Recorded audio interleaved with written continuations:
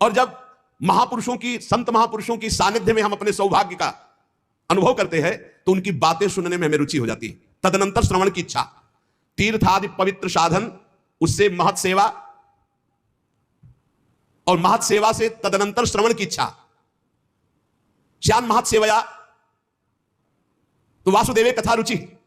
महापुरुषों के, संतों के संग का, उनकी सेवा का क्या फल?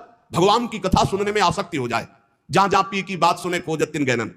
फिर कथा में जो रुचि होती है उससे हृदय पवित्र होता है, अशुभ वासनाएं नष्ट होती है और हृदय में तड़पन हो जाती है कि अब भगवान को भूलेंगे नहीं, अब इसी जन्म में भगवत प्राप्ति करनी है, और उसके हृदय में भगवान प्रकाशित हो जाते हैं। जब भगवान की चर्चा सुनने का संयोग बनता है तो पाप थर्रा जाते हैं कि अब तो हमारा नाश हो जाएगा। रजोगुण तमोगुण के भाव, काम लोभ आदि शांत हो जाते हैं। चित्त में सतोगुण, निर्मल भाव, समस्त आसक्तियां मिट जाती हैं, हृदय आनंद से भर जाता है, भगवान के तत्व का अनुभव अपने आप हो जाता है। हृदय में आत्मस्वरूप भगवान का साक्षात्कार होते ही हृदय की ग्रंथि छिन्न भिन्न, सारे संदेह मिट गए, कर्म बंधन क्षीण, परमानंद।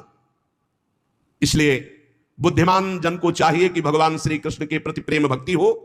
वही प्रेम भक्ति तत्वबोध और परमानंद की प्राप्ति कराती है, और वो भक्ति होती है नाम जप से, भगवत लीला चरित्र श्रवण से। प्रकृति के 3 गुण हैं, सतोगुण, रजोगुण, तमोगुण।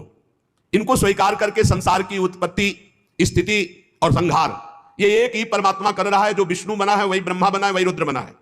वो एक ही तत्व है, दूसरा नहीं, 3 रूप धारण किए हुए। इसलिए चाहिए उसी परम तत्व भगवान श्री हरि, इनकी आराधना करो। यदि तमोगुणी आराधना करोगे तो फिर अधोगति होगी।